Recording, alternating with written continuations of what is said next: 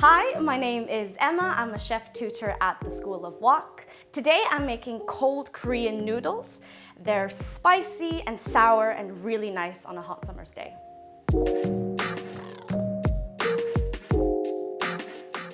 One of my favorite cuisines is obviously Chinese food, but I also love making Korean food. Growing up, loads of my friends were Korean, so instead of bake sales, we sold kimbap, and instead of eating sandwiches for lunch, we had instant Korean ramen noodles. The first thing I'm going to do is I'm going to blanch my bean sprouts. Now that the water is boiling, I'm going to toss in my bean sprouts. It's just a few seconds to get that raw flavor off of the bean sprouts, but you still want them to be really crunchy. In a lot of Korean households, they'll buy their own soya beans and grow their own bean sprouts at home because they cook with it so often. The bean sprouts are done now. I'm going to take them out and put them in a colander.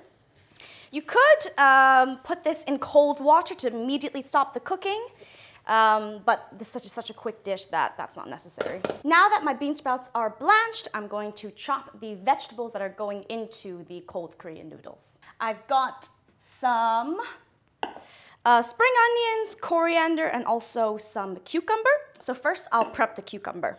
Our head of production grew these cucumbers herself, very impressive. And she told me that the skin is a bit tough, which is why I'm taking off the skin. However, if you've got a different type of cucumber with a very thin skin, then don't even bother peeling it. I'm using cucumbers because I have them today.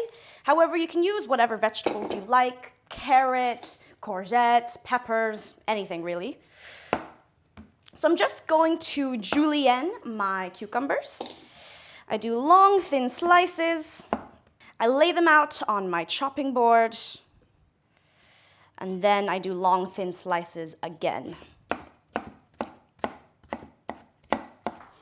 Once the cucumbers are done, I'm just going to toss them into my mixing bowl to go in with the rest of my noodles. I'm going to chop up some spring onion to go into my noodles. So I'm just taking off the end bits of the spring onion.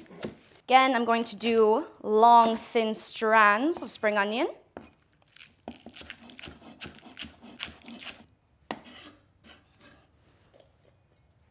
And then I'll do a small amount of coriander just to garnish.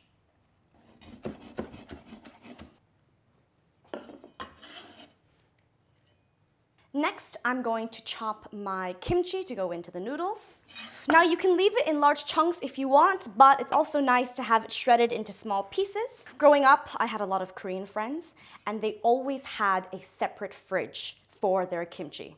So they would have a normal fridge with all of their normal ingredients like milk and eggs and vegetables, and then a separate mini fridge just for their homemade kimchi, and that's because it can really stink up your fridge.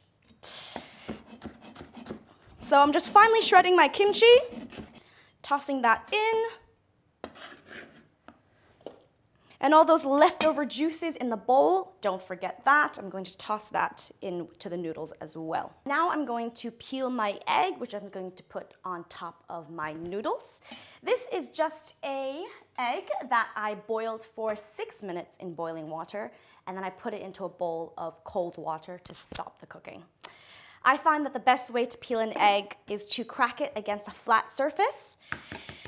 Crack it all along the sides of the egg, and then it should be able to come off quite easily. I'm going to slice my egg in half, just like that. And there, I've got a really nice soft-boiled egg. Next, I'm going to mix the sauce for the noodles. So I've got some gochujang here, a very classic Korean ingredient. It's a hot red pepper paste, so it's quite spicy and salty. I've also got some sesame oil, again, another essential. I've got some sesame seeds. I've got some rice vinegar, which is going to add a nice acidity to the noodles, and some mirin, which will add sweetness. So I'm just going to very simply mix everything in a big bowl.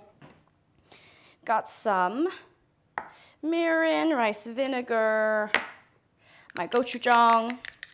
Now, if you want it less spicy, you can use less gochujang. That's fine as well. sesame oil and my sesame seeds. Just give everything a really good mix. The sauce is done now, all mixed together. I'm just going to toss everything together with my noodles. Now these are rice pho noodles that I just soaked in hot water and let it sit in the hot water for around 6-7 minutes. And then afterwards, I run it through some cold water and that gives it a really nice chewy texture. And that's a secret to any cold Korean noodle dishes. You want the noodles to be really nice and chewy.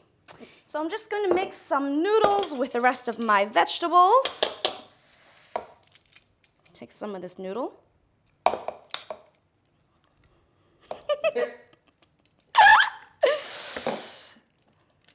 Add a bit more of the noodles, might just be easier with my hands. I add the rest of my bean sprouts as well. And then I add my sauce and give everything a really good mix.